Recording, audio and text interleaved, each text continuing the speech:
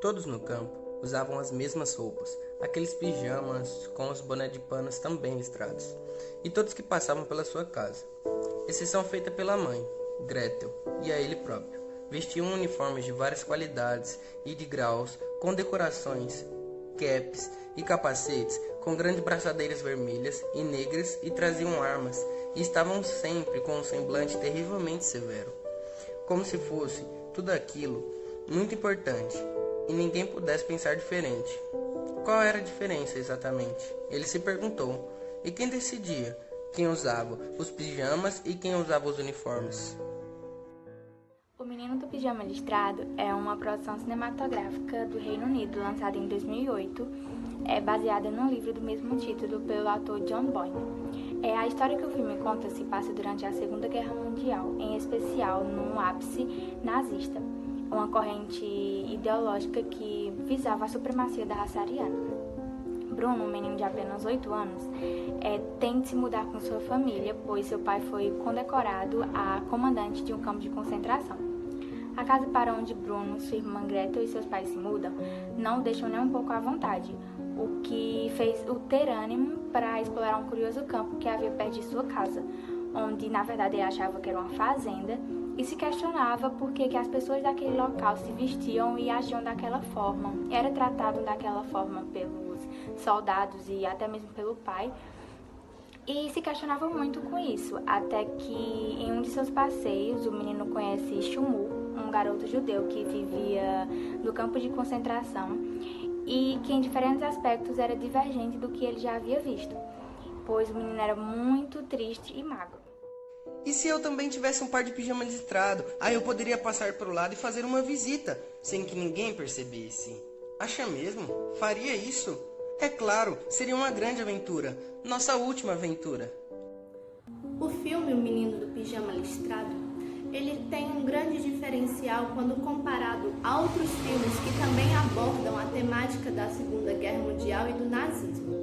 Isso porque o filme, a história é contada através da perspectiva do protagonista principal, que é o Bruno, uma criança de 8 anos. Então, tudo o que vai acontecer, que vai passar na história do filme, vem com essa inocência, com a visão da criança. Então, quando se tratar do nazismo, quando se tratar da guerra, esses aspectos eles não vão ser apresentados de uma forma direta. Eu acredito que em nenhum momento do filme é falado diretamente do que está acontecendo, que aquilo é uma guerra, que aquilo é o nazismo, que aquilo que está acontecendo é uma perseguição.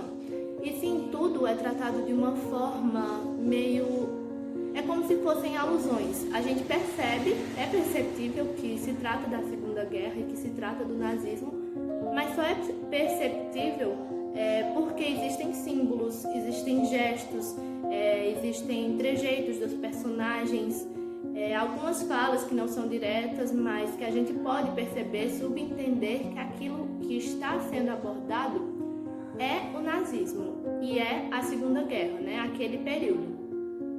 Uma cena que a gente pode perceber isso é quando o pai do Bruno, ele é condecorado o comandante e depois, futuramente, ele vai ter que se mudar para uma casa que fica perto de um campo de concentração, né?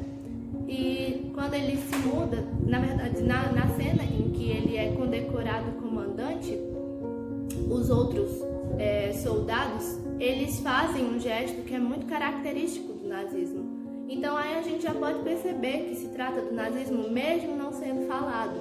Também os uniformes, as cores, as bandeiras que aparecem, então a gente pode perceber. E também é perceptível muito a inocência da criança, do Bruno, né? Porque o Bruno, quando ele conhece o Shimu, que é o garotinho judeu, ele não tem a noção de que as pessoas que estão no campo, elas estão lá porque não querem, ele simplesmente não entende. Eles acham que elas estão lá porque é um lugar interessante, porque é um lugar que está proporcionando algo a eles. E tanto que ele até pergunta para o Shimu por que ele pode estar lá sempre brincando com as outras crianças que tem no campo, enquanto ele tem que dentro de casa, brincando sozinho. Então aí a gente percebe essa questão da inocência. E outro ponto que também é muito perceptível é a alienação do povo. A gente nota isso, é possível notar isso, na irmã do Bruno, a Gretel. Quando ela chega, ela já tem as noções do que está acontecendo, ela sabe o que está acontecendo, que aquilo é uma guerra, que aquilo é o nazismo. Tanto que ela culpa também os judeus pela derrota dos alemães, da Alemanha, né, na Primeira Guerra Mundial, e que se eles ainda não se tornaram uma grande potência por causa deles. Então ela tem essa noção, mas quando eles se mudam para esse campo de concentração e para casa, perto do campo de concentração, e quando ela começa a ter aulas com um preceptor e ter mais noções deturpadas daquilo, ela começa a ser mais alienada e ela passa a idolatrar Hitler e a idolatrar toda essa questão do nazismo, né? Então a gente vê que essa corrente ideológica que é o nazismo não surgiu do nada, ela vem através da influência. Então isso é algo muito perceptível no filme. Na verdade, para onde quer que eu olhasse, só via dois tipos de gente. Se não eram os soldados felizes, sorridentes e gritalhões nos uniformes, então eram as pessoas infelizes e choronas de pijama listrado. A maioria das quais pareciam estar olhando para o nada, como se tivesse de fato adormecido. Pode-se observar também as reações dessa formação nazista na figura da irmã de Bruno, Gretel, que começa a idolatrar Hitler e os soldados alemães a ter uma visão etnocêntrica. Outras formas de manipulação de massas mostradas no filme é a propaganda televisiva, que mostrava uma visão totalmente distorcida da realidade dos campos de concentração, e era nítido isso.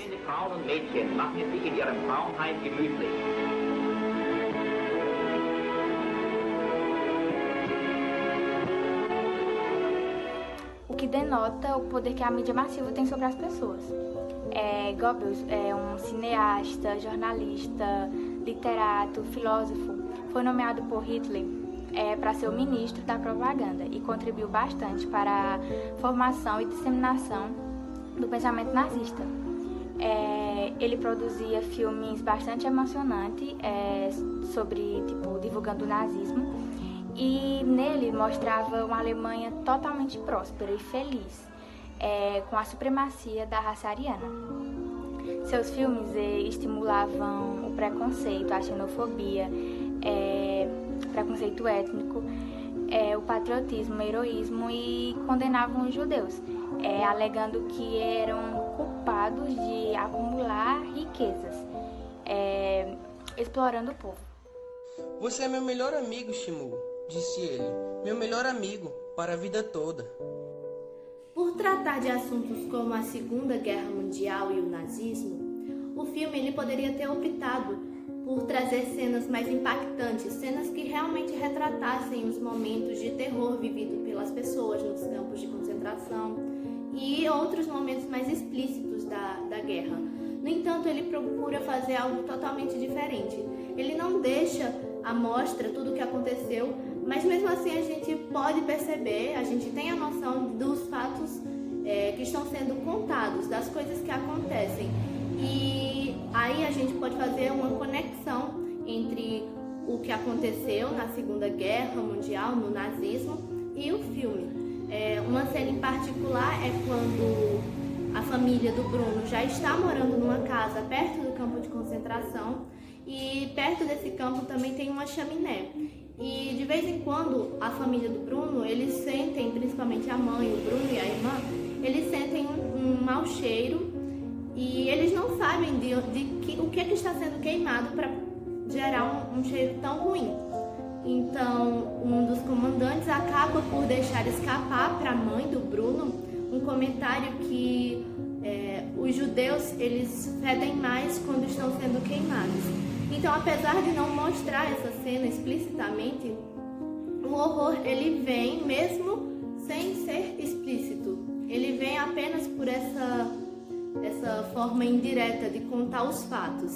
Outra cena é quando esse mesmo comandante ele agride um judeu por nenhum motivo muito plausível, apenas porque o judeu derrubou sem querer a taça dele, então ele agride.